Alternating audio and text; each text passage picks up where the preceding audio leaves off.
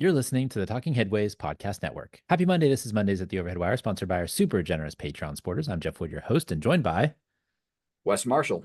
hey, Wes, how you doing? I'm doing well. How are you doing? I'm doing great. It's midday in Denver. It looks nice outside. How's everything going over there?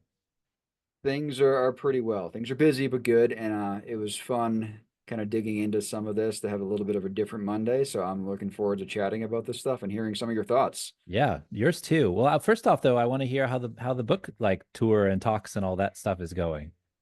It's going, I think, better than I could have hoped. I mean, people are paying attention to the book. So on one hand, I feel like I'm spending like 2 or 3 hours every day, like responding to emails and doing podcasts or interviews or that sort of stuff. So it's been hard to do my real job at some level. At the same time, that's obviously better than nobody paying attention to the book. So that's good too. And it's been the number one seller in all these really weird Amazon categories for a while. So I'm not sure. What? One of them is automotive engineering. I'm not sure why my book fits into the automotive engineering space, but it was number one in that for a bit. Anyways, I That's guess if people interesting. don't know, the book is called Killed by a Traffic Engineer, and I was on with you a few months ago talking about it. So Yeah, yeah. Well, that's awesome. Like, what's the most interesting place you've been to talk about the book?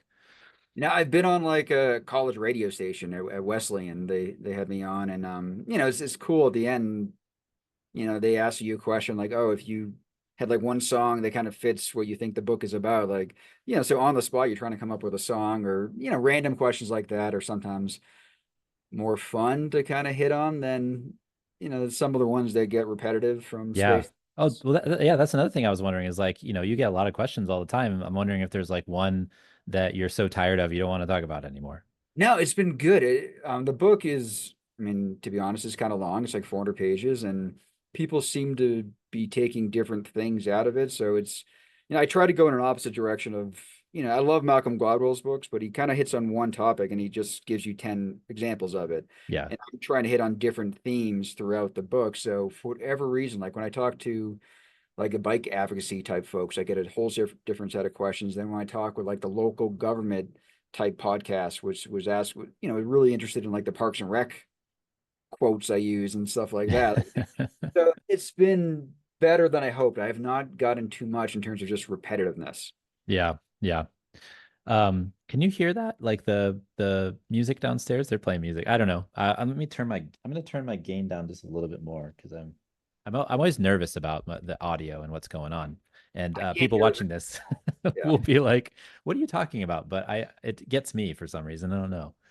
Should we Um, mention the fact that people might be able to watch this time? yeah, yeah. Well, we're gonna put this up on YouTube, so people should be able to watch this and check it out. And hopefully in the future I'll be doing more types of these things. Wes has been like you should do YouTube, and I was like, oh well, I don't know, because I edit the podcast and the shows, and I take out all the ums and stuff. But it's more natural, I guess, to have everything in there as long as we're kind of continuous about it and making sure to keep moving forward. I also have one of those things where my hair is a mess too, and I sitting in my house, so.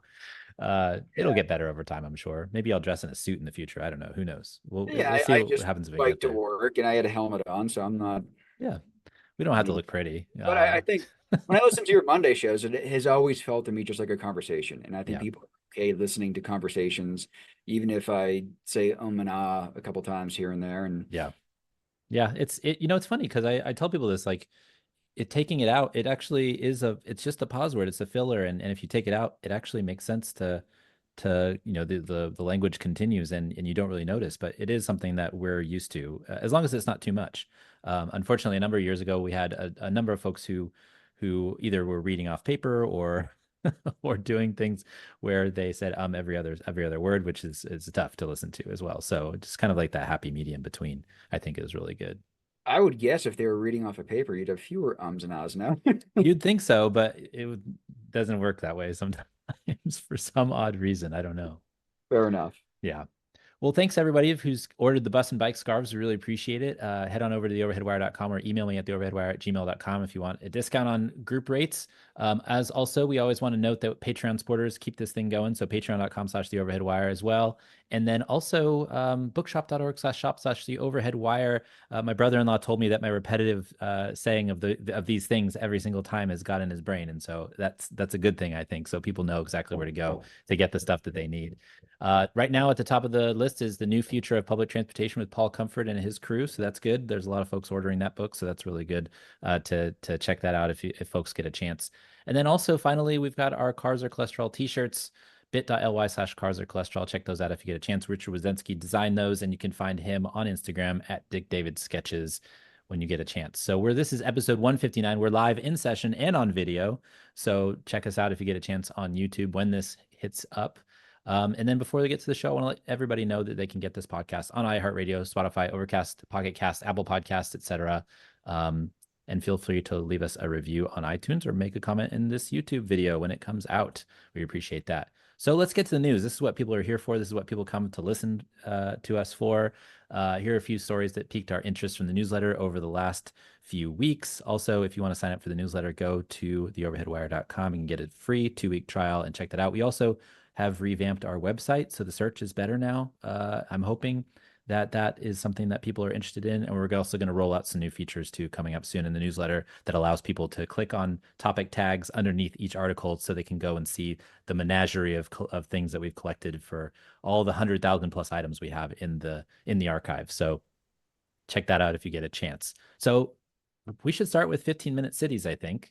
Can everywhere be a 15-minute city? A universal framework for 15-minute cities. A new study in the journal Nature Cities takes a look at how much it would take for neighborhoods to redistribute amenities to become 15-minute neighborhoods. They found that some cities like Zurich and Switzerland were already well situated, while car-dependent cities like Atlanta would have a hard time moving the needle without drastic interventions. This was Ajit Niranjan in The Guardian. And then also, this also is interesting to me. I mentioned this in the newsletter as well, that there were like several different articles based on this item specifically, and I'm always interested in the framing of everybody's like titles and stuff. So the title for one is "Time Isn't Everything" in Science Blog, Europe beats US for walkable livable cities in The Guardian, and where in the world is closest to becoming a 15-minute cities in RFI, which is a wire service in Europe. So lots of different frames for different people for this piece, but I'm curious what you thought about this, Wes.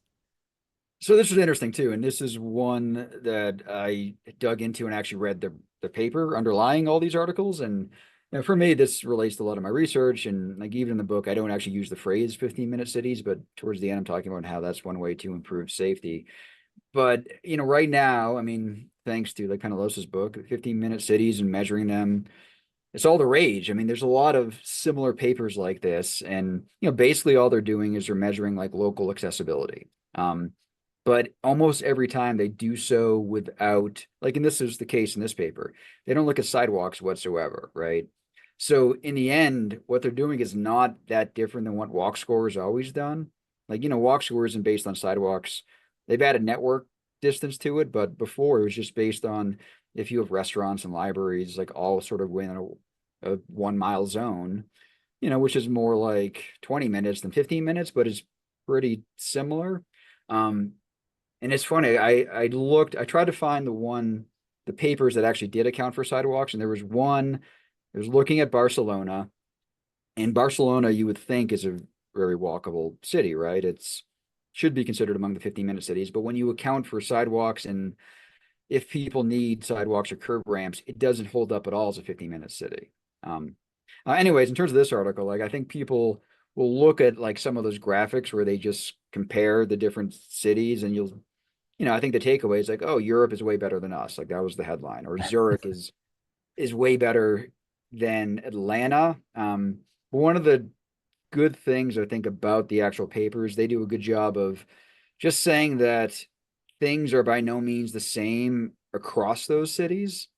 And the paper has some great maps. I don't know if you saw those ones where they show all the different cities that they looked at, or 8 of them, I think, out of the 50. Yeah. And you can see, just the heterogeneity of the 15-minute cities. So like, places like Atlanta have a 15-minute city downtown, but once you get right outside of there, it dissipates and you don't really have 15-minute city. You don't have the same amenities or accessibility. Um, but even like in Bogota, I'm heading there next week for something, and they seemingly have a good 15-minute city. But again, once you get outside of downtown, like their downtown area, 15-minute city area is bigger, but once you get outside, it doesn't hold up either. So I don't know. What do you think about it? I think it's really interesting to think about kind of how what it would take, right, to get a 15-minute city framework to be everywhere or to actually implement it in every city. And I think you're right about the suburban context of it all. I think it's interesting to like compare all these cities. And then if you go to the website, it's whatif.sonycsl.it backslash 15-minute city, I think is the URL. Um, and again, I apologize for any noise in the background. Like it does drive me nuts. I can hear sawing. I hear nothing. You did that. You're good. Your audio is amazing.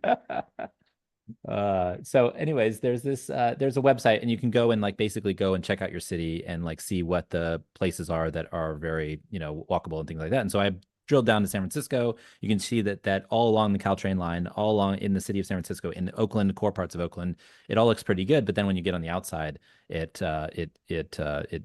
goes, a different direction. But thinking about redistributing all the stores and everything that you'd need to redistribute to get Atlanta, for example, to be a 15-minute city, it seems impossible, right? But I think that kind of misses the whole idea of this concept that Carlos Moreno brought forward, and it's been talked about many times. This can be the walkable city, it can be the pedestrian pocket, it can be all these things that we talked about for years and years and years, streetcar suburbs, et cetera. But I think that it kind of misses the point of like we can try to improve things to make them better in these little tiny ways to make everything more accessible. And I think that's the key, right? Like mobility versus accessibility. The accessibility of places is helpful for folks to get to where they want to go without having to be super dependent on the car. So if you can make these little tweaks over time, I think that would really helpful. But like, I don't think that you're ever going to turn the suburbs of Atlanta into 15-minute cities. It's just not going to happen. But they seem to have this kind of dour prescription of, well, it's not, the time-based thing isn't really a good idea. We should be focused on other things like cultural amenities and equity and things like that, which is great. But at the same time, I think like the overall idea of the 15-minute city like always gets watered down this way where people are like, well, maybe we can't do it. Oh, there's a conspiracy theory. Oh, but this kind of the idea of it, the general idea of it, I think is what we should focus on, not necessarily this silly details. So this paper even does that analysis where they try to relocate what they call the points of interest, so all the Uh-huh. amenities stuff, in an attempt to optimize them. So they're saying if you had the exact same amenities, you just redistributed them, you can improve your 15-minute city. But like you're saying, it doesn't feel fair. And I think another thing to think about is a lot just because you have so-called amenities nearby you doesn't mean that you value those. Like, I know we learned this back. We did a livable street study a while ago that included a big survey, and the idea was to look at like the Donald Appleyard study, like low, medium, and high traffic residential streets. But we were trying to take a network perspective to see if they were near a good or bad arterial. And we were kind of focused on commercial arterials. And what we heard from folks is like, some strip malls that maybe I don't value the services being provided there, other people do, and vice versa. Like the ones that I like, other people don't. So that's when you can dig into like inequities and like there's so much in that it's not as simple as just having the thing like it's not as simple as just what they're trying to suggest in this paper. Like you can't really optimize it with the way they're doing it.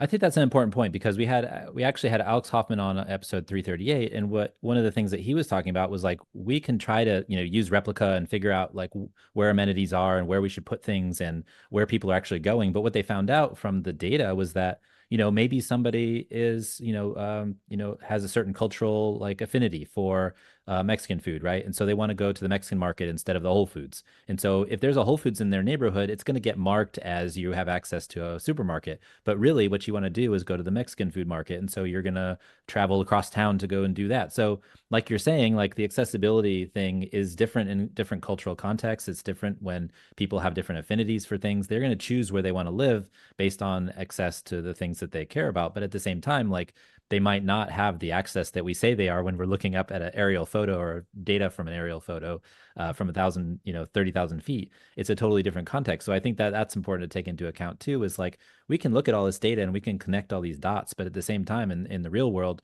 people have their affinities and they have the places where they want to go to get their specialty foods or with see all their friends, right? There's another piece recently that talked about kind of retail gentrification where I can't remember if it was in, I think it was in Brown University study or something like that, where they're looking at people were separated by their neighborhoods, but they were also separated by where they congregated in retail spaces too. And so people are going to have an affinity for where they're going. And I think that's really interesting to think about in this context of a 15-minute city, especially as it pertains to like the redistribution of resources. So, when you said it was like episode 338, do you have all these memorized? Like, what's going on there? When I was taking notes earlier before we started, I remembered that point and then I looked it up. So All right, it's this not is all in my mind, I promise. not a Rolodex. It's on my notes on my desktop that I'm looking at right now. All right, that's what I was hoping for, but you never know. Like, you could be a savant. Sometimes I can remember stuff. Sometimes I can be a savant, I guess, but most of the time not. I try, it'll come to my mind, right? I remembered I talked with Alex about that on that episode. But I couldn't tell you the episode. We've done 500 of these. And 160 of these. So I don't know, how many, where the numbers are, but I try to find them and write them down. So if people want to go listen to them, they can. Yeah, all right, fair enough. Yeah, so I think that's interesting. The whole idea is interesting, and Carlos Moreno's piece has gotten obviously a ton of attention from the conspiracy theorists and everybody else. But honestly, I think it's just a way to get people to get closer to the things they need. Yeah, that's a whole nother can of worms, and it's hard to imagine that. Even when I talk about safety, I think the idea that going to your dentist, if it's 5 minutes away versus 20, there's like a safety benefit to it. But bigger picture, there's a benefits to just having stuff closer to you, like having to spend a lot of time getting places. Like even if you still have to drive, like it's still beneficial to have it somewhat closer to you, a lot of those destinations that you go to. So I'm gonna be on Carlos Moreno's webinar series, I think in late November too. Like he has a 15-minute city webinar series. So that I guess is pretty popular. So that'll be good. That's awesome. Yeah, it was interesting. So the other day I went to a birthday party and my wife was gone out of town. So I can't just leave the 2-year-old at the house by herself when I go pick up a car. So I had to take her and her car seat with me because I can't just go pick her up with the car and then bring it back with her and just sitting in the seat. I have to bring the car seat with me. So I actually had to I have a wagon that I take to the grocery store now because that's just kind of what I do. I walk the quarter mile. And so what I had to do was I had to put the car seat in the wagon with all the stuff we were bringing, and then cart it to the car so I could drive to this birthday party in on the peninsula. And so it was just this comic, connection to this as well. Is like I can walk 15 minutes to a car, but I have to also bring all the things that I need with it. And so it just makes that connectivity and the accessibility of my street more benefit like it makes me feel a bit better about where I live because I don't need to have the car to go everywhere. But I do need a wagon to bring the car seat to a car so I can use a car when my wife is gone. It's kind of funny that how those things are all, interconnected. That's hilarious. That's awesome. All right, next up, car loans surpass student loans. Car loans have surpassed student loans as Americans' second largest debt behind mortgages. After people paid pandemic level prices for their new cars, those high interest bills are coming due, and the cars can't be offloaded without taking a loss on underwater loans. Many Americans have little choice in transportation because of the country's dependence on cars. This is by Colin Woodard, I should say, in Jalopnik. So I'm curious what you think about this too, because I feel like I have a ton to say about kind of the costs of things, but I'm interested in your thoughts about loans and student loans connected to this as well, I guess, as well as mortgages are obviously the highest one, but cars are taking off in terms of how much they're costing people. I mean, would you say this is surprising? No, No, I was not at actually all. surprised that it wasn't that already, right? I thought Yeah. that maybe that would be the case because, cars are expensive, but I guess it just passed compare on in this specific instance of the data that they were collecting. But Yeah, yeah. that was sort of my first thinking about it too. It's like, oh, like, of course. Like, why? I thought this was the case already, but it also entirely relates to what we're talking about in terms of engineers and planners putting people in places where for most people, they live in a location where driving is the most rational decision they can make, and oftentimes driving long distances, right? So this is most people live in the antithesis of a 15-minute city. So this is almost a requirement to live there. I mean, of course, we know that 30+% of people can't or don't drive, but at the same time, 70% of people do or need to. And a lot of those people live in places that, don't have the access to destinations that you or I have. So it's tough because for most people, this, like, obviously, you don't need to spend $100,000 on a car, right? But even what But you can people do. people This still is do. When you see crazy. some of the stuff on Twitter about like $1,400 car payments, I'm like, oh my God, like what are people doing? That feels more like it should be a mortgage payment. But there's extremes of that, but at the same time, like just kind of getting into the car market is expensive. And I think people underestimate just the cost beyond just the car payment, right? Like when you're talking about the insurance and the registration, and even when you buy it from the get-go, the sales tax in a lot of states, and then you might have gas or electricity. Like people have a hard time putting all that stuff in context. Like actually, I was just talking to one of the professors here, and she was thinking of buying a house, and she's car free now, but when she thinks about that new location, she'd have a harder time getting here to work. And she was doing the math in terms of she comes here 3 days a week, let's say. She could do Uber and Lyft for like $25 kind of each way, so $50 a day, or buy a car. And when she did the math, like when you think 25 bucks, it seems like a lot. It was way cheaper to do the Uber and Lyft to get here if she can walk and take transit and do that in the rest of her life. So, I mean, that's H what she, plus T. H plus T. H plus T.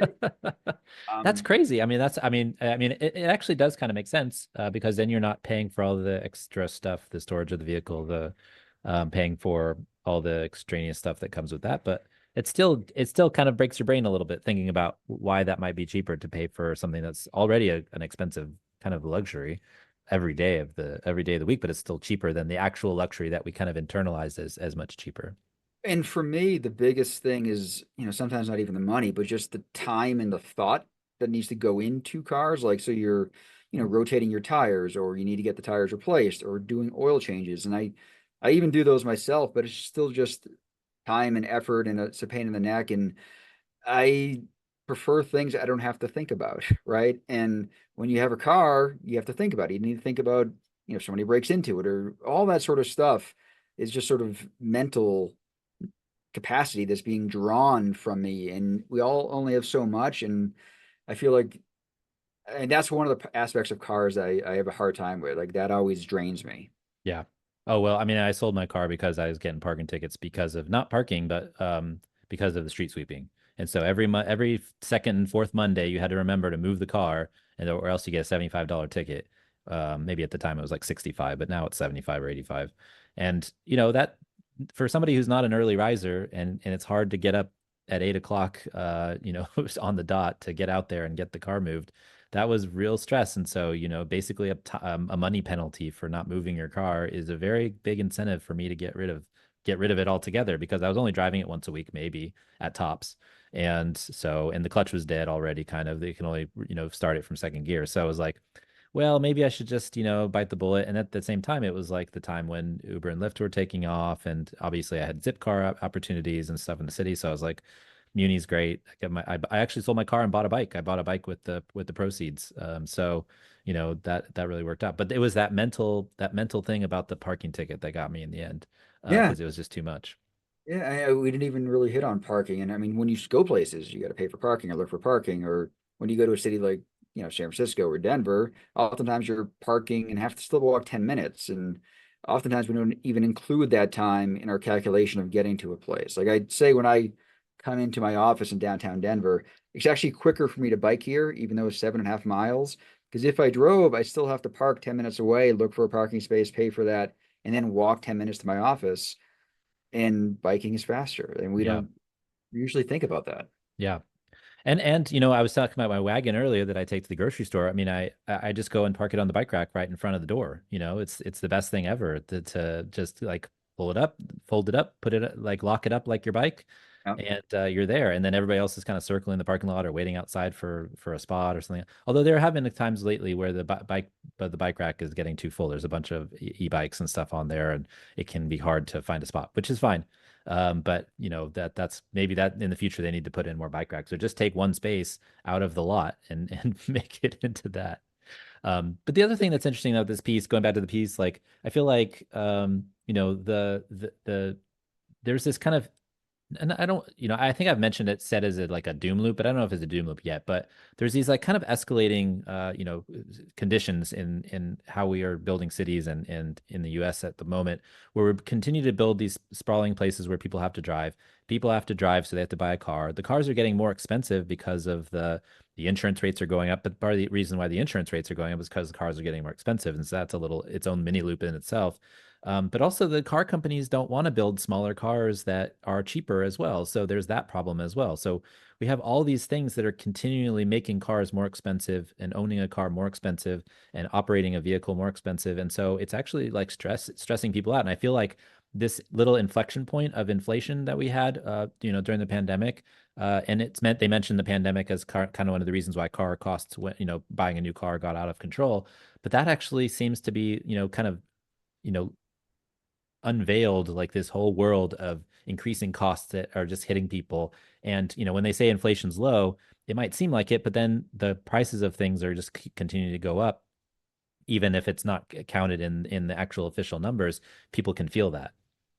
Well, it feels, I mean, not all that different from a monopoly. Like when Mm. there's one company that like owns all the grocery stores in an area, they can set the prices whatever they want because people need certain things. And we've all been, a lot of us been put in a situation where we sort of have to drive, and then we're all incentivized, car companies, us, like to drive bigger cars too. Like the whole system is set up for that, and those are going to be more expensive. And for the car companies, they make more money on them. So it's all sort of pushing in that same direction. And like in the article, there's that picture of the Carvana like vending machine for Yeah, cars. right. Do you have any of those near you? Because We there's do. one, Yeah. There's one just like south of, actually kind of by the Daly City BART station. Yeah. because is yours active? Because for a while ours was just empty. It was just this giant empty Carvana thing. And I think there's cars in it now, but for the longest time it just sat there as like an ode to like A lack this, of supply. I guess. I don't know. I haven't looked at it.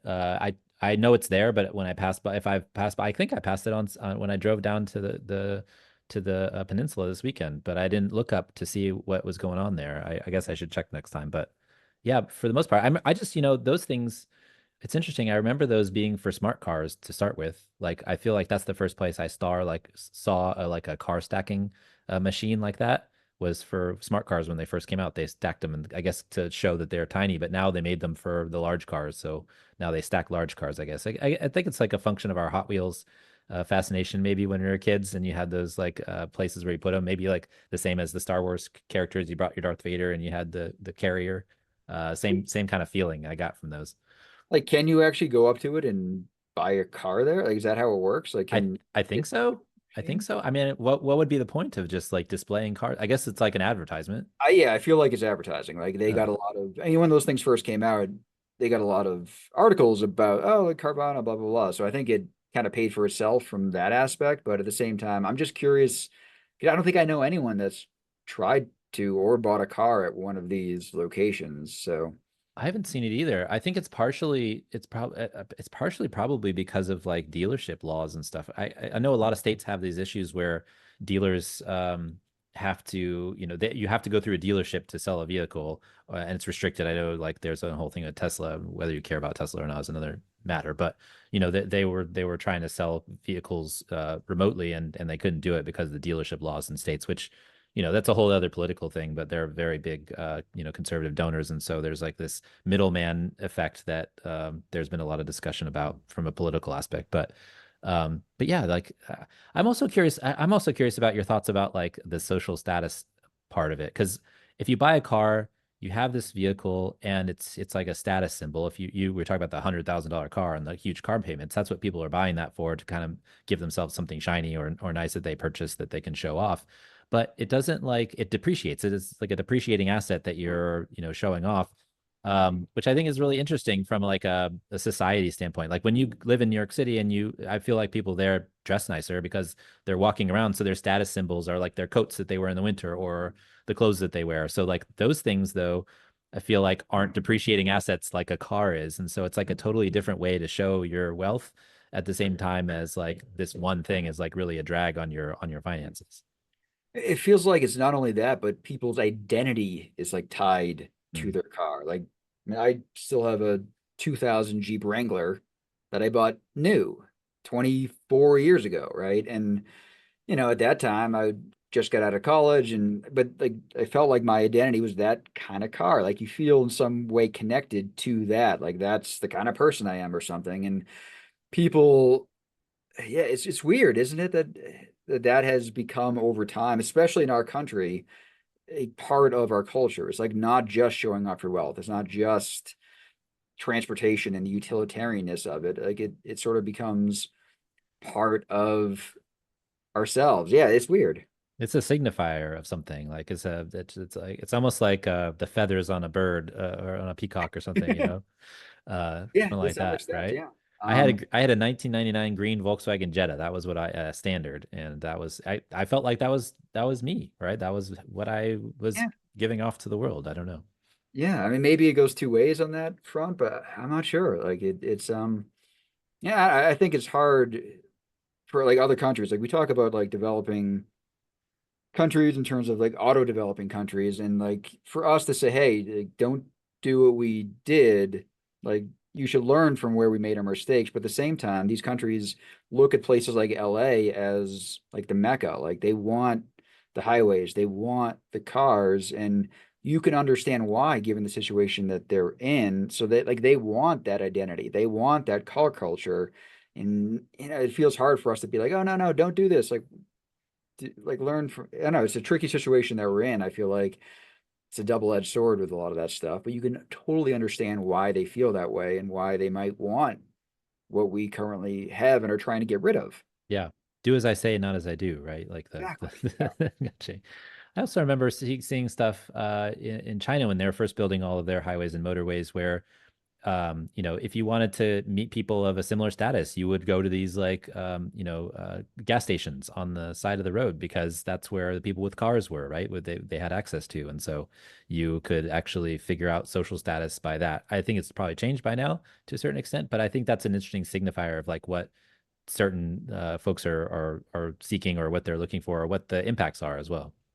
Maybe that's what Tesla drivers do when they sit for like 30, 45 minutes waiting for their cars to charge at the Maybe so, yeah. That's a whole other ball of wax.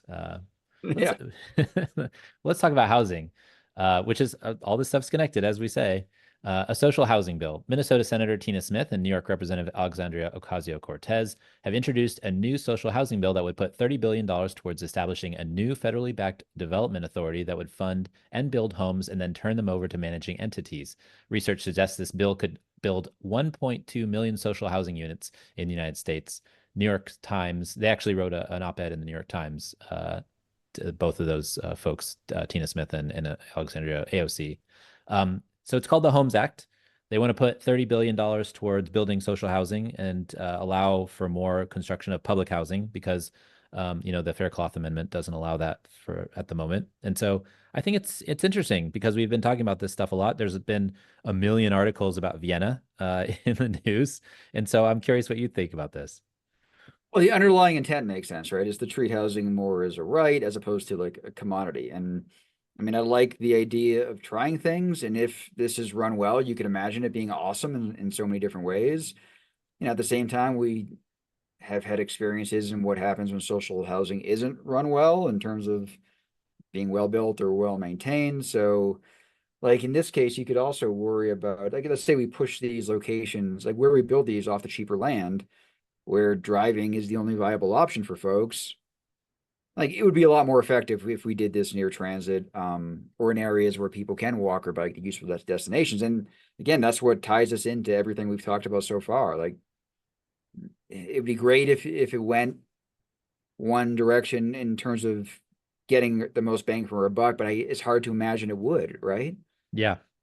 I do believe that. And that's something that came up when I thought about this initially too, is that, if we do build these, they're going to try to find places where they can maximize the value to the builders, not necessarily the value to society. And so I think that that's probably going to be the case where they're already talking about trying to figure out what the public lands that are available so that, in Nevada and stuff like that, where they can build more housing. But then those places that are publicly owned land are probably on the outskirts of the city and probably these places where people have to drive a lot more. And so you're actually, tying people, you might give them affordable housing, but then they have unaffordable transportation. And so you have to tie those two things together. H plus T, as I mentioned before, worked on that with CNT and the folks there.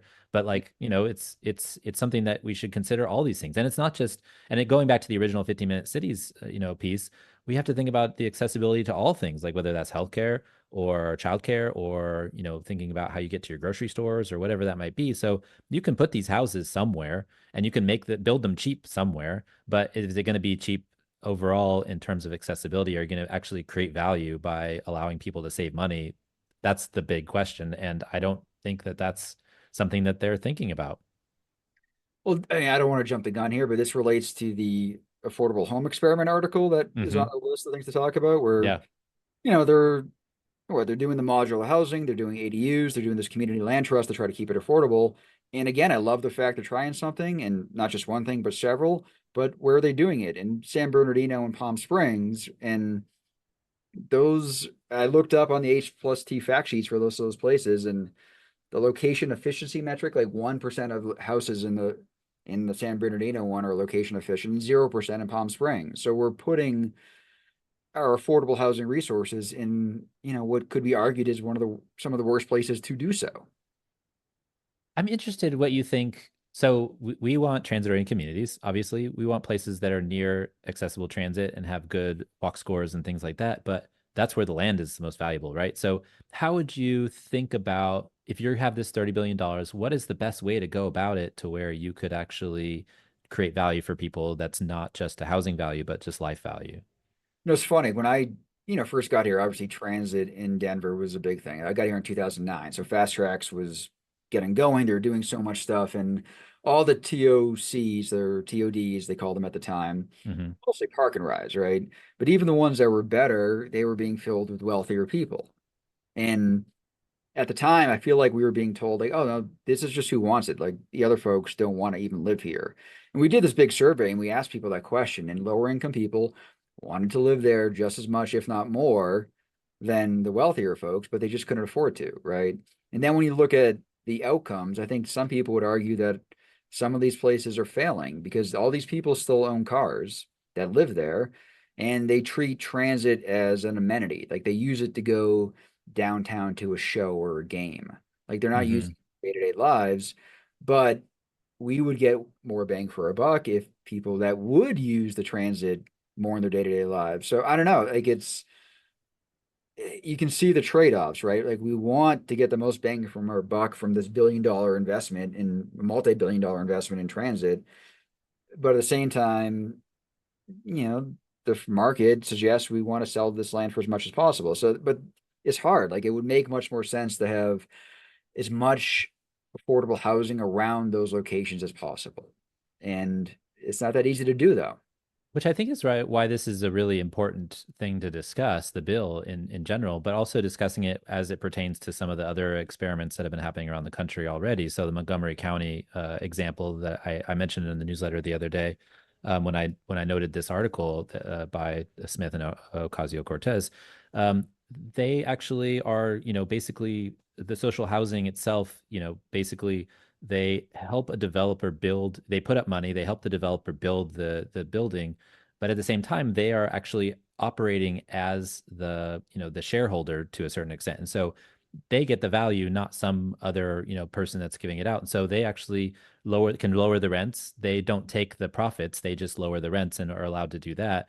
And so if you can, find the locations where you can do this and buy land and then make it so that's affordable, make the social housing contract with the developers, they can have a couple of for-profit units, but for the most part, if you're put in 75% of the value of the construction, then you get the profits, you can keep it. And I think and actually now that I think about it, in Colorado, they're doing something similar or interesting where they operate as the builder and then the folks who are renting actually get like a dividend from just paying on time, where they can actually, make money off of this, or, build value, I should say, not make money, but just build value off of this, because the state is actually the ones that are building the housing rather than a for-profit developer who needs a 10-20% profit. If you take that 10-20% profit off the top, you can actually probably do a lot in these areas, but you just have to find that property where you can do that. Yeah, when you describe like all those examples that are working, I mean, it feels like a solvable problem, right? This feels like something we should be able to fix. And where we're just going to have our hangups if we're trying to solve the affordable housing and the transportation problems separately, right? We just have to treat those the same thing. Like we can't just put affordable housing in Palm Springs. It needs to be thought of in, just a more comprehensive way. We're just thinking about transportation cost as a part of it. Like that's what's going to lead to real affordability, like not just having a place to live. Like that's not the only piece that we need to worry about. So, like with this Homes Act, I mean, I think we just need to make sure that transportation is part of the equation. We're trying to figure out how to do this right. And yeah, again, it feels like something we can solve. We just haven't been able to do it at a whole scale. It's all piecemeal, right? Yeah. And I do think I mean, I think that places in Palm Springs there's probably people that need affordable housing that work and live in Palm Springs, but it's something where if you built more in the core of the region in Los Angeles, you're actually going to make those outside places easier to build and cheaper as well, right? So it's all connected. I mean, Los Angeles is connected to Palm Springs, is connected to San Bernardino, is connected to all of the places around it. But you need to focus on that core area to get people so they don't have to keep on moving away to find that housing. And then it makes it affordable for the people that do need to be affordable, need affordable housing in Palm Yeah. Springs as well. So it's all this huge connection, and the transportation part is a huge part of that as well. And Yeah, this but by brings no up, means am yeah. I trying to say we shouldn't be building affordable housing in Palm Oh, Springs. no, I wasn't saying that. I was just kind of It's like adding on to what you were saying. no, no, but you're right though. Like it's a system, right? All of it. Like these regions, the way housing and affordability works, it's just one place can't solve the problem. It needs to be thought of as a whole.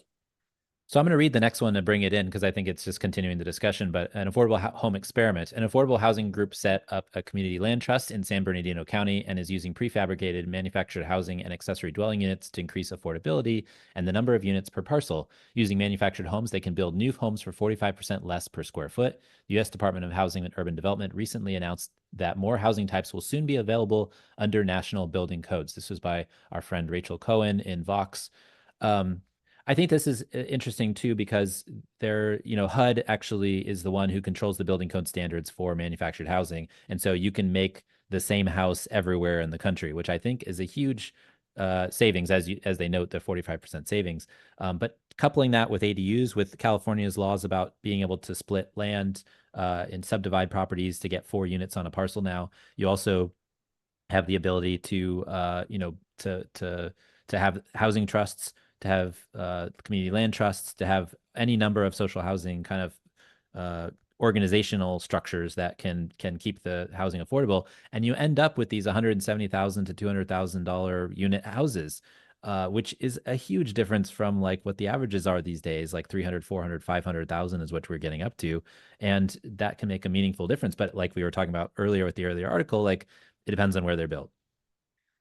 So this ties all the things we talked about together. I mean, it ties together, the 15-minute cities, ties together the car loans, ties together, I mean, housing and the affordability, social housing type things. But, it feels I like that they're testing it. This is a great experiment, and it feels like it's going to be useful and to see how this works. Um, and there's a lot of people that are going to want to live there and maybe don't need to come into like Los Angeles or something. So there are going to be benefits. I'm curious to see how well it's working. Like, is it the ADUs? Is it the land trust? Is it the module? Like, what combination of things work well? Part of the difficulty is it takes time to kind of see the benefits of things like ADUs. Like, it doesn't happen in a year or two. Sometimes it takes like 5 or 10 to start seeing the changes. So I'm curious to see how this one goes, but it seems great that they're trying all of these things combined. Yeah, I like it. I mean, I think that we should try more experiments. I mean, the social housing experiment, public housing experiment, all, these types of structures, build more, for-profit housing, build more this, that, and the other thing. I've always said build more housing, just and however you can get it going. Let's do it. But I like all these new structures that they're coming up with and the new ideas because obviously we need it. It's the housing is getting too expensive and it's getting too expensive everywhere. In most Um, places, you just can't do this. Like there's too much red tape. They don't allow. I mean, that's the problem. Like it is hard to just build more housing, given the way we've set up society in terms of, where I lived in Connecticut before. Like some of those towns had 1 acre zoning. yeah, Crazy, right? Like, that is crazy. 1 acre is a lot of land. I don't think people understand how big an acre is actually, yeah, unless until they see one of these houses on an acre, and then you're like, whoa, well, you have to get a riding lawnmower. you have to get a riding lawnmower and you have There's to other get transportation costs. a car and multiple cars, and it just makes walking and biking or transit just impossible. Like it's impossible to retrofit those kind of places with that. And that's when you end up with people with these big car loans. That's when you end up, like it all sort of ties together. I mean, that's when you end up with housing that's not affordable because there's so few houses because they're all in 1 acre lots. Yeah, I'm now just thinking back to when I was a kid mowing the lawn 3 times a day, and we didn't have an acre, but the Bermuda grass in Texas grew fast, and so I would have to mow the lawn 3 times a week to make sure it was thin. It was hot, and I just never. And it's funny because my dad like he bought. I was like, I asked him, I was like, hey, can we get like a mulching mower or something so I don't have to bag all this stuff? And he was like, no, no, no, no, no, you don't need that. And then when I went to college and was gone and he had to do it himself, he bought one because he was like, oh, this is Of this course you is did. hard. Oh, when I first house I bought, like it wasn't an acre, but it was a lot of mowing to do, and all my neighbors, at least this is what I thought at the time, they all seemed retired, and I felt like they were mowing their lawn 3 times a day. I was like, I don't want to do that. I can't do that. So I would mow, maybe once a week, once every 2 weeks. I would mow it so the grass would die. I'd mow it so short that the grass kind of fries and wouldn't grow quite as quickly. So I wouldn't have to mow it as much to keep up with all my crazy neighbors that were mowing Yeah. multiple times a day. And it drove me crazy. I mean, that's also the place where first time I lived in a place where I couldn't leave my street without a car, and that drove me insane. And that's what led to my careers, that combination of insanities that Yeah. became peeves that drove my career aspirations. Well, let's talk about the region where you live now. Boulder train. A new RTD study shows that a bare bones Denver to Boulder Longmont rail line would be expensive and would garner few riders. But if paired with a front range rail line, there could be some synergies that can make service happen faster for both. This was by Nathaniel Miner in Colorado Public Radio. He's been doing great work, Nathaniel. I feel like he's been really on top of things. At least I see his name a lot. Oh yeah, I love Nate Miner and his work. Have you listened to his podcast called Ghost Train? No, I have not. It I guess I is should check that out. it's not a ever long running podcast. I think he did like 5 episodes, but it's Hmm. about this particular line. Actually, he says this about this particular line, but it ends up being about the history of like rail and transit in Denver. So it's a really good context for a lot of these things. I guess let me just step back. I mean, this is obviously one that's being talked about a lot in these parts, and maybe to give a little bit of context, I'm sure a lot of your listeners know this, but the Denver region had that sales tax vote back in 2004 that passed. I think it's a 0.4% sales tax, and the intent was to build this whole system out, including the rail to Boulder. But instead of starting with the train to Boulder, which would be in the northwest direction from Denver, like we started with the lines that head southwest and southeast from Denver that, head to like Littleton in the southwest and Douglas County, South Aurora in the southeast. Like we then built the A line, like from Union Station to the airport, then the W line to Golden, and then some other smaller ones. But originally the project was estimated to be like 4.7 billion and it was supposed to be completed by 2017, but the budget grew. I think like in 2010 it was like 6.5 billion, and then it's been growing and growing, and like now we're not even expected to finish the whole thing until like 2050. So you have some folks saying these costs are crazy, so let's just build like BRT to Boulder. Um, Yeah. and as much as I'd like to be agnostic about train versus bus like Jared Walker, it's hard because a lot of other folks are saying that they were promised a train, right? So this article, like RTD, so that's our regional transit provider, they commissioned the study to see if they can afford a half-assed train service to Yeah, Boulder. that's what I saw, a half-ass train. And guess what? It's still expensive. Like, even the half-assed train is expensive, so it's tough. Yeah. That's something that I feel I've been frustrated by lately is a lot of planning for half-ass trains because it's so expensive. But if you're gonna do it, then why don't you just do the whole thing, right? Like 3 trains a day each direction in the morning and evening seems silly. Like, what's the point? And that's the point that they make. It's only going to get like 1,100 riders, but it just that's something that frustrates me. And ever since when I was in Austin too. I mean, we decided to build. They're going to build a line up Guadalupe now, but they decided to go on the freight rail right of way, and they only got 2,000 riders instead of 40,000 riders. And it's like, why don't you just spend a little bit of extra money and get more value and build it where people are instead of trying to save tons of money by building this train that a lot less people are going to ride. And so I feel like this goes back to the initial stages of this, like, the discussion about building fast tracks, which, is probably happening in 2002, 2003, before the election and before it got voted on. And I think that if you went back 20 years, if you came from the future and went back, you'd probably do it a lot differently than they did back then. But at the time, they were trying to build consensus and get votes and try to pass things. And so they're like, well, you get this line and you get this line, and they're all freight rail lines, and they don't actually go like I'm always frustrated by like why didn't the line go underneath the tech center? Like why didn't you go under the highway to get into the center of that? Why do you have to cross a thing? Well, it's cheaper to build it on the other side when you're building the D-Rex highway project. So we'll do it. We can combine these and do this like this. So there's all these little things you can go back in time and think about. But there's people that are gonna be like, well, I never got the thing I paid for. And the same thing with BART. It happens all the time. People are in the East Valley, in the eastern parts of the region, are like, well, I paid for BART, why can't I have it? And it's like, well, it's super expensive, so we're going to build this little tiny train for you to go to Brentwood, and it doesn't make any sense because you're not getting what you actually wanted, and we're just going to give you this thing. So I feel like this is along those same lines where it's like, we're going to keep studying this and studying this because people are complaining, but ultimately, like, if the thing is the freight railroads causing problems by asking for a lot of money, or the thing is we're going to build this high-speed rail line between Pueblo and Wyoming, why not kind of come on the back of that, which I think was an interesting thing that was new to me, as something that could happen, because I felt like the governor's want of this rail line was a little silly because it is such a low ridership potential, and it's silly to spend that much money just to make a couple of people happy that voted maybe back in 2004, which many of those people are probably unfortunately passed away. I mean, well, to build that coalition and to get, a lot of the suburban areas of Mhm. the region to vote for it, they sold it as what? A way to solve traffic congestion, right? Yeah, never good. That is what led them to put it where? Right along the highways.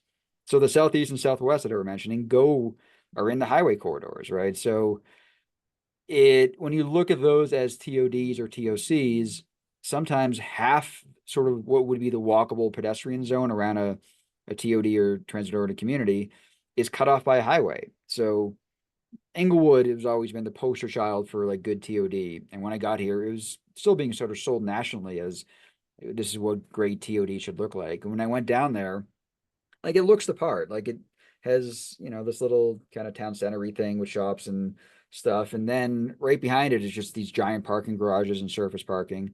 There is a giant heavy rail corridor. So there's an apartment complex that I could probably throw a baseball and hit, like from the transit, from where the train is, but to walk there is like a mile Yeah. because it is this roundabout way that's cut off by these things. So it's not functioning in the way it should. It's also not solving the congestion problem. You look at the data, traffic congestion has gone up even immediately after the train went in. Like that's not what transit's for, though. So it doesn't really mean it's failing.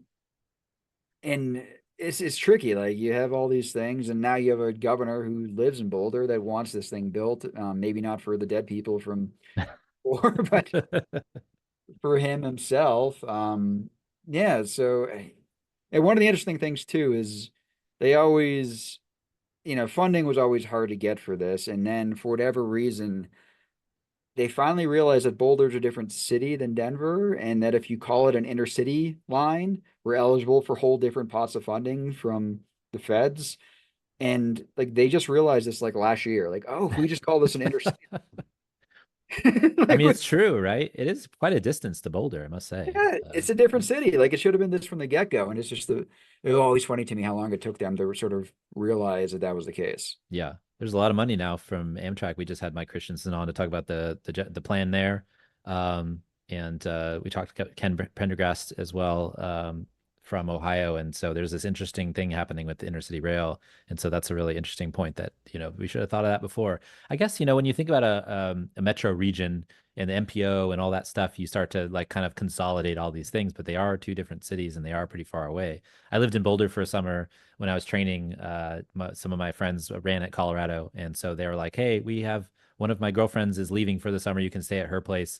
It was like $135 for a half a room or something like that. It was like super cheap, which is amazing now. I don't think that would ever happen these days. This was in 2002 or something like that. But yeah, it was super fun, but it's also very far from Denver. I went a couple of times. I went to the Bluebird and other things for concerts in the summer, but for the most part, I was running up in the hills. But yeah, it would have been great to just hop on a train or a bus or whatever. But it's just not. It's so far away, and I think that inner city thing is super interesting.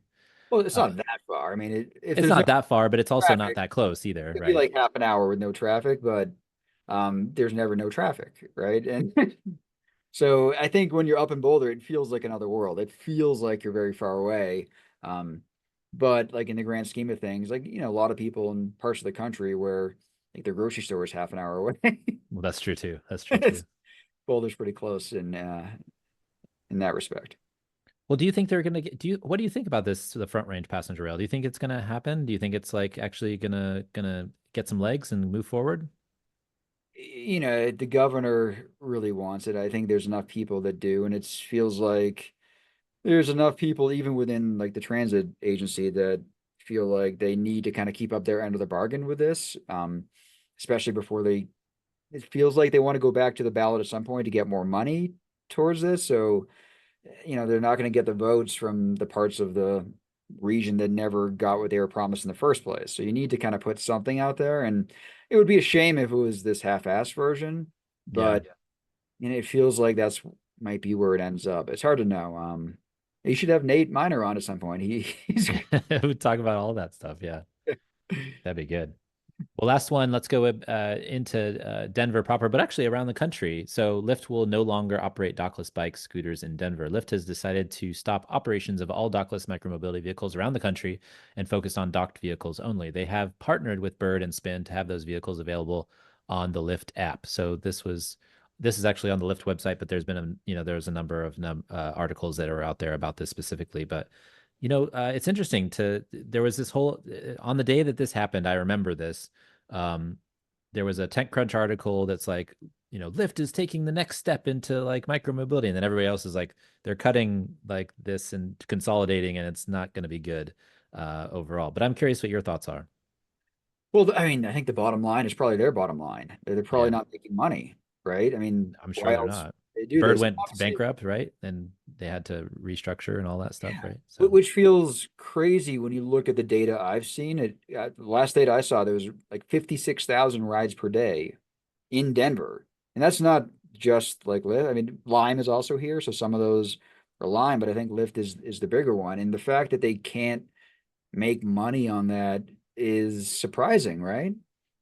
I mean, 50, well, think about, yeah, I mean, 56,000 times what, $2 a ride or something, $3, right? Actually, Yeah. it's more in some instances. It's kind of expensive. I think it's Yeah. like $1 or two just unlock it, and then it's whatever per minute. I don't use it very often, especially when I'm here because I always have my bike or what Yeah. have you. But yeah, and you see them. I remember going home from work. I was here like late on a weekend. I left like at 2 a.m. or something because I was working on a proposal. And this is soon after that they came to Denver. And I remember going home like right through downtown Denver on my bike. And it was like a whole nother world because it was like no cars. It was all just scooters everywhere with two or three people per scooter. I'm sure a lot of them had been drinking a little bit, and it just Hmm. felt like this whole nother world that you don't see in the daylight. So the fact that they haven't been able to leverage like that excitement and the fact that they're fun. I mean, yes, there's safety issues. I guess there's other issues in terms of them littering the sidewalks and accessibility. Yeah. At the same time, a lot of people love them, and it hasn't generated enough money to keep this a viable business. I wonder often about this, whether the way that the companies operate, it's just not good enough to run a profitable business where you can pay all the people that work for the company and stuff. You're trying to like get this like supercharged rocket ship amount of like earned revenue so that you can tell your shareholders that you're making a ton of money. And so I feel like if it was just any business, they probably could figure out how to make it work, right? It doesn't, and it just doesn't seem like it fits the VC backed, I want my huge gains over a short period of time activity. I just feel like that's probably part of the problem. That's just is like something I just thought of when you were talking. Like Yeah. I haven't thought through it that much, but it feels like there's a lot of places where like if the business isn't going gangbusters, they're like, well, it's not making enough money. But it might be just like a regular business where you're not trying to gain, you're just trying to like pay your employees and you get a little tiny profit and that's nice. I remember that original data came out of Louisville where they were just showing how many rides were being taken and also how long the scooters were lasting. Mhm. That original generation of scooters lasted like 3 months, and they weren't even getting enough rides or money to pay for each scooter before it had to be thrown away or recycled or what have you. So I feel like they fixed that problem to some extent. The scooters here are much heavier duty. They seem like they last a while, but the days I bike in, like along the Cherry Creek or the Platte or the Sand Creek, you see scooters littered in the water, like all over the place. So like, Yeah, they haven't fixed that problem of there's a them. shrinkage problem. There's a huge shrinkage problem. And did you see that article in the New York Times last week where they talked about the people making money off the rebalancing of the shared bike system? Yeah, you get like paid if you were part of that and people can make lots of money, right? Yeah, people were just gaming the system, making like 5,000 a month, just moving scooters from full stations to empty stations, then moving them right back, just over and over again. Oh my gosh. Yeah, I so did see something about that, yeah. yeah, but it feels like that's what they're doing in a lot of cities. Like I see the trucks going around rebalancing the system, right? So we're not exactly just replacing car trips with these. Like we have these trucks that are doing, they have to do the batteries. And like I know there's some systems set up to pay people to do it. And I think people are gaming the system that way. I see them being charged on my campus. So I think people are like stealing electricity from from the school to get paid by like Lime or something to charge these scooters. So I don't know. Like, it's not been just figured out yet. Like it just feels like there is a better way, and it's just interesting that they couldn't make it work and that they're pulling out. And maybe the dock system is what they're going to try, but I guess we'll see. Yeah. We talked to folks from Portland about this recently and about micromobility and the structure of the the contracts that they put with the cities. And they seemed like they had it put together, but I don't know how they would deal. I didn't ask them how they deal with these types of problems, the shrinkage and all the, kind of the messiness of it. Um, it's interesting to think about trips too, because like if you have, if somebody's just going back and forth and bringing, vehicles back and forth, that doesn't make a lot of sense. But if you have one truck just kind of putting stuff around and you actually, those scooters created 10 trips, that's like a pretty good trade-off, I'd imagine.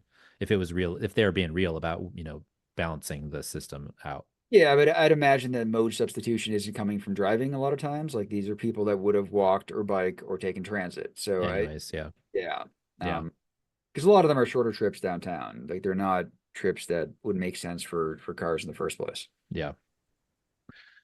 Well, this week and every week, I want to thank our generous Patreon supporters. You guys are awesome. Keep the show going by listening and supporting each month. This show and Talking Headways wouldn't be here without it. So thank you very much. You can join by going to patreon.com/the overhead wire. $2 a month will get you some stickers and a handwritten note, and $10 a month will get you one of our transportation scarves, as well as that sticker package. We also did an audiobook version of Raymond Unwin's 1909 classic, Town Planning and Practice. Get your hands on one by going to raymondunwin.com. So listener questions and comments. Ryan Wozniak says on the last episode discussion about, we had a discussion about school drop off with Sam Sklar, and two topics that bubble up for that Ryan has ideas and gripes about: opportunity costs for pickup management at schools, the teachers who have the walkie-talkie full-blown operations responsibilities, time the teachers are taken away from their primary benefit to the education of children. Not sure how to quantify that, but the cost is certainly there given the intensity of time and operational preparation for making an efficient procedure for modern pickup practices. And the second one he says is breathing tailpipe emissions. I was getting choked by motorcycle fumes, and the dude just revving in his engine, and he was doing it for cool sound effects, and it was making me sick. So those are two things that he was worried about in our, when we were thinking bigger about our discussion that we had about all these school drop off problems. I don't know if you read the article that Henry Grabar had on this topic, as well as a number of other ones where folks have been kind of complaining that they're cutting school bus funding, and a lot of the drop off and pickup is by car now, and so it's making these huge mile-long lines to get into middle school and high school every morning. Yeah, and I've been thinking about these issues a lot the last few weeks. I'm doing one of the keynotes at the Safe Routes to School conference in Fort Collins next month. So trying to figure out what exactly I want to talk about has led me down some of those rabbit holes and thinking about these issues and um, just the fact that we're placing a lot of our schools and locations where you have to do that, right? Yeah, Yeah, the town I grew up in when I was a kid, there was 9 elementary schools. So every kid in town walked or bike to school. It was just a given. There weren't buses. They consolidated and expanded 3 schools and closed all the others, right? And the idea is they can save money on school administration, like that sort of stuff. But I don't think anyone took into account the fact that they're now busing most kids to these schools. yeah. Um, and all the stuff that comes with what we know is better for kids to walk or bike versus being driven or being on a bus. So it feels like we're heading in the wrong direction still. Did you walk to school? I did, yeah. Yeah. From kindergarten on by myself. Yeah. I remember second grade, maybe I started, second or third grade, I started walking to school in Bakersfield, California, which is not necessarily known as a walkable city for most part, but the school was close by, and so I walked a few blocks by myself. And I remember, I mean, I can remember vividly the route back. Oh yeah. Um, I remember where my poor sister, she probably listened to this, where my sister crashed her car Oh almost no. into the back of a pool at somebody's house along the way, and you could see the fence posts were painted a little bit or a little bit different color after that. And we Um, had a but crossing guard on my route. I think I had to walk 3 or 4 blocks, yeah, and there's a crossing guard. It was not even a major street, but he was still there, and he was like a friend of everyone's family. Like we all knew him and talked to him every day. yeah, And a lot of that stuff seems impossible now. It seems like I'm 1,000 years old, and I'm I not. know, I know, it's crazy. Yeah. I do feel like that sometimes where I'm like, what, I walked to school, I biked to school, middle school. I took the bus my freshman and sophomore year of high school, or freshman year of high school, I should say. Got picked up sophomore because we had to be there early for track practice. But before that, we did. Um, Yeah, so if you want to ask any questions or comments, feel free to email us at theoverheadwire@gmail.com. We're always here. And then finally, Puppies and Butterflies is part of the show where we talk about something fun, interesting, or maybe it doesn't fit in the other sections. Wes, do you have a Puppies and Butterflies or something happy that's happened of So late, or I any TV shows that you like in on the tube these days? so I want to congratulate you on 500 episodes Oh, of thank you. like that is amazing. I listened to the episode with your Star Wars buddies and talking about Yeah. What do you think? What did you think? Did you like it? it was great to hear their perspective on a lot of that stuff. It was also I loved hearing you and Tanya basically talk about your origin story for the podcast. So what I was curious about is your origin story just for your career, like going back even further. Like, did you plan to be doing this sort of stuff? Like, given like how did you end up like starting to curate links for everybody? Like, it's such an interesting place you've ended up, and the fact you can make a living off this is fascinating. I feel like I'm not the only one that would be curious how you got here a little bit to hear. So not just the podcast origin story, but a little bit more about you and your Yeah. origin story. Yeah, in terms of creating a media company that I never expected to create. Yeah. Yeah, so I actually did. I talked about this a little bit with Kia Wilson when she actually interviewed me for her show, The Break, which is also on the Streets Blog. And we talked about this a little bit, but basically, like when I first got to Reconnecting America in 2005, I'm just like a learner. I like to learn stuff, and I really like trying kind of putting everything out there and sharing it with my colleagues. And this is something that I think Reconnecting America is really good with. We built stuff for the FTA and HUD. We built stuff for the FTA, and we'd build like a document about TOD, and then we'd share it with everybody. We didn't keep it in house. We didn't try to protect it so that we could use it for consulting or anything like that. And so when I first got there, I was sending Shelly Patricia, like I was sending her first like 5 emails a day, 10 emails a day. It got to be a ridiculous number of his emails because they each had one article link in them. And I was like, hey, did you see this? Or hey, did you see this? And then finally she got sick of it and she was like, Jeff, I don't want 15 emails from you. I don't mind them, but I don't want them. Can you just if you're going to collect news like this, just put it in one email a day and then just send it to me. And I was like, yeah, sure, I can do that. So I just collected articles every day. And then eventually she was like, hey, can you send this to the board of Reconnecting America? And I was like, yeah, sure. So I started sending the board, and then they started forwarding it to their friends and all that stuff. And so basically, and then she's like, just make it a thing and open it up to all comers. And so I did, and then it opened up, and people really liked it. And to the extent that when I stopped doing it after Reconnecting America disappeared, in 2014, I stopped doing it a little while. I was supposed to do it. Shelley had gone to the Obama administration, and then she went to NRDC after that. She's still at Yeah. NRDC now, and she was like, "Hey, can you come do this with us?" And I was like, "Yeah, sure." So, but NRDC didn't like the idea of somebody doing something and posting something on their behalf that wasn't checked every morning. It goes out at 4 a.m. and I finish it at like late at night. So there was no way for anybody to review it. So they're like, "Nah, we don't want this. We don't want to do this." And so she kindly gave me all the email addresses that I'd collected at RA, that she had owned the intellectual property. They purchased it after RA disappeared. And so she's like, "Here, Jeff, I know you want to keep doing this." And then I took a little bit of time off, and I got emails from people like, where is my email every day? I miss my email every day. I need my email." And I was like, okay, so what if I ask you to pay for it? They're like, yeah, sure, I'll pay you for it. No problem. So I started doing Patreon to start with. And then Patreon was a little tough because like people are still getting it for free. And then, it's hard to make people pay for stuff that's free if it's going to be, free. And so I had to switch it to a subscription model where it's like up behind the paywall, which was a little sad for me because I really, really do appreciate like open source, like being able to share stuff. And it's other people's work for the most part, right? They're all writing these articles, but it is a lot of work to put it together. We do 6 to 8 hours a day. And then in 2013, before when Tanya and I were started talking, right? Like they asked me to write a column, and I said, "I'll just, let's just talk. Let's just do a podcast or something." And so I started a podcast at the same time that RA disappeared, and then, I was like, "Oh, well, these two things kind of go together: this podcast and this newsletter." I get guests from the newsletter, right? Like I find out stuff happening, and then I can bring people on to talk about their work. So let's, put this together. And so the podcast is supported through Patreon and advertising that happens before and after the show. And then also through the scarf sales and the bookshop sales and all that stuff. And then the newsletter is subscription based. So we do that there. And then, so I created this weird media company for planning that I never expected because I studied as a geographer and in undergrad, and then a city planning as I got my master's at the University of Texas. So I never this is something I never had in mind, but I just like to learn stuff. So that's kind of where it all comes from. Your hatred of writing made me laugh when you were I hate writing. I I don't hate it as much now. Well, yes, I do. Actually, that's not true. I do hate it now.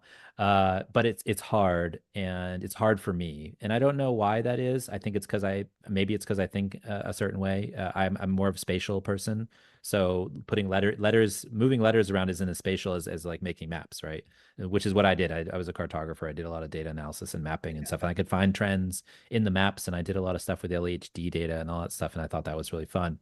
But words for some reason are still not my thing. I can talk, but writing it down and having it be coherent or having it make sense doesn't make sense to me a lot of times. So I'll sit there for my intro for the newsletter. Like I've been trying to make myself write more. And sometimes it takes me like 2 hours just to get like 3 or 4 paragraphs to make sense to me, that to where I feel like other people will make sense that make sense to It's them. it's So funny you say that because I'm also a spatial person. Like I think about cities in terms of like I hate like step-by-step directions. I think about them in terms of the map and that sort of stuff. yeah, But yeah, I also love writing. I love like the logic of the argument, like trying to break it down into things. And I think you kind of see that in my book, the way I kind of wrote yeah. the chapters and the short chapters. And but I also think space like when I think about writing, I think about it spatially, if that makes sense. It's hard Oh, to okay. Maybe I should follow your you know example. yeah, no, I'm thinking about the arguments and how they link together and how it kind of ties back in. So I'm thinking about it in that way when I'm writing. Um, and as a professor, I have to write a ton. And Yeah. a lot of engineering professors hate that part of the job, but I've always loved it for some reason. Yeah, and I guess that's how I put stuff together too. I'm like, well, I have these arguments I want to make, but how do they, fit on the page to like call Yeah. back to the first initial thing? So I probably do think very similar to you, in that way. But it's like for some because I mean, you write a lot, so maybe it's easier for you to do it faster. But I've I haven't, and I think the red ink comment that I had, like the red ink scared me, right? I got even my dad, like my dad's a really good writer, and so he'd check my papers and stuff, and then I'd come back and it was totally revamped, and I was like, but that's not my words, that's your words, and they're the blood, the ink is dripping off of this, and so I think I got frustrated by that, and then also when I was at RA, like I would try to like explain the maps and stuff on paper, but it was always easier when I told one of my colleagues what I was thinking and then they put it into the words because then it always made more sense. But I can always like connect things, make things like make sense to them, and then they would put it, they'd take that and put it in to writing that made other people understood. So the red ink was there too. So I don't know. There's maybe like a writer's, bad experiences have added up over time. I don't know. For some reason, I took a bunch of philosophy courses in my past, and I joke that I learned more about how to write from those than I did from my English courses. Like, yes, I learned grammar and all that sort of stuff from the English courses, but reading Kant and Plato and Socrates, like learning like the structure of their arguments, like that is where I felt like I learned how to write, is from like thinking through the way that they presented their arguments and how they would rebut from that, like stuff like that. I think I originally said this half jokingly, but it's kind of true when I think about it. Yeah, yeah, yeah. So did you like Carol Martin's book? Did you like 'cause that's kind of what comes to my mind when I was thinking about like the philosophy and all that stuff. I haven't read that one yet. Oh my gosh, you should read it. I mean, no, you should listen to the podcast first. I'm still catching up because I went into my own bubble and didn't read any transportation books, or I Yeah. didn't listen to any transportation podcasts during like that 4 years. I was kind of deep into the book, and now that I'm out of that cave, I've been trying to catch up with a lot of books. So I'm not Yeah. Well, the there yet. reason why I said you should listen to the podcast and not read the book, because there's one part of the show where I give him a hard time because he made me read a chapter and then it's a philosophy book, right? He talked about the philosophy of transit equity and stuff. And like I got through the chapter and at the end of the chapter, it's like, but this probably doesn't matter. So don't worry about it. Like I read the chapter and then it said like, and I was like, and I gave him a hard time. I was like, why are you making me read this chapter when I don't need to read it? Like, I get it. I get it why you put it in because it's a structure and you're trying to understand like what you were talking about, like how things go together, but at the same, or what, to throw out in your ideas. But I was just like, you say that I probably shouldn't have read this chapter, but yet you wrote this whole chapter. And so that's what I was referring to when I was like, well, maybe you shouldn't read the book because I read it. And then he said, you don't need to read this part, which Let's is really just zoom funny. out back for a sec. I mean, thinking about your career now, like 20 years ago, this would be insane, right? The fact you're Oh, making a living doing what you do, it would be like a made up. Like, it seems so far fetched back then that nobody would believe it. But it's amazing. Like you've built this space and this world, this community. Like it's so congratulations on the oh, 500. thanks. Thanks. Yeah. I mean, people probably still don't believe it. Like, there, when when we started the show, I think Tanya told me there were some folks that she knew kind of in the general space that were like, that guy, you're gonna do a podcast with that guy. Uh, so there's probably a lot of people back then and that didn't believe it and they might not believe it now. So but I'm very happy to be able to do this and talk with people like you and just learn from all the stuff that you've done. And that's one of the things that's great about it is like I'm just learning from all these other folks that are doing just such amazing work. And hopefully we can, help people, bring their work to more listeners and readers and all that stuff and get the word out. Because that's the contribution that I'm trying to make is just kind of distributing. It's not always original, but it's connective, and I think that's important. Yeah, and everybody has a different role to play, and my role is very different than yours, but I mean, you are great at your role. So keep up good work, keep chugging along, and Thanks, I appreciate it. Yeah, 500. I can't believe that. Well, we'll do 500 more, and then your next book, we'll talk about that one too. But we'll also have you on next Monday for the next Monday show too. I have you scheduled, so we're coming back. all This right. this show is continuing on the road. Well, so where can folks find you if you wish to be found? I don't wish to be found. So I've uh always wondered if people are like, well, I really don't want to be found. So I'm glad you no, asked me if I do or not.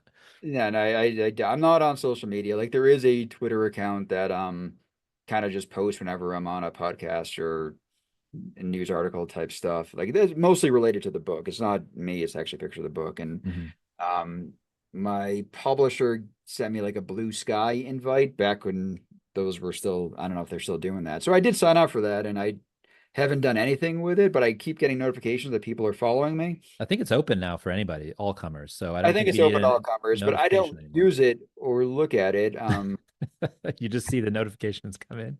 Yeah, notification comes in. I got a new follower. It's like, oh, that's interesting. Like I haven't done anything, so maybe I will someday. But I don't know. Like I have a hard time doing my real job if I get too much on the hamster wheel of that kind of stuff. So, um, yeah, I feel like if Yeah. I'm thinking too much, my research gets boring. I'm doing like just kind of stuff that everyone's arguing about instead of the bigger stuff. So I like doing the bigger stuff. Yeah. No, you should keep doing the bigger stuff and stay off the social media. I find it's helpful and unhelpful at the same time. It's helpful in the fact that there's still people posting interesting articles and items and stuff, but then you have to weed through all the bullshit to get there, which is the hard part. I mean, I think my feed is probably better than probably 99% of people's, and it's still crap. So because I've curated it very intentionally to like try to weed out some of the anger and the hate and all that stuff, but it still bleeds through because that's basically the source of the value of it for a lot of people. So it's frustrating, but I have Yeah. to be on there to collect news because there's some things that I can't find anywhere else. Right. And I think my book publisher would rather me be on there and active, but I'm also not I see stuff from you all over the place. Even if you're not on social, I see it shared on social. So other people are doing your work for you, I think, which is well, very people helpful. like you. I mean, coming Yeah, right, like yeah, Edward is like that. I mean, I could post all day and it's not going to be as impactful as like coming on your show and talking yeah. to I someone appreciate like that. I hope that's the case. Well, you can find me on Twitter at the Overhead Wire or at theoverheadwire.com. You can find me on Mastodon at the Overhead Wire at sfba.social, Instagram and Threads at the Overhead Wire. See, I got too many. LinkedIn. You can find me on all those places. Thanks for joining us on Mondays at the Overhead Wire. Thanks for our generous patrons for sponsoring this week's podcast. Hopefully, folks saw this on YouTube. And Wes, thanks for joining us. We really appreciate your time, and we'll see you next week, or Yes, actually this 2 weeks from now. 2 weeks. All right. Very good.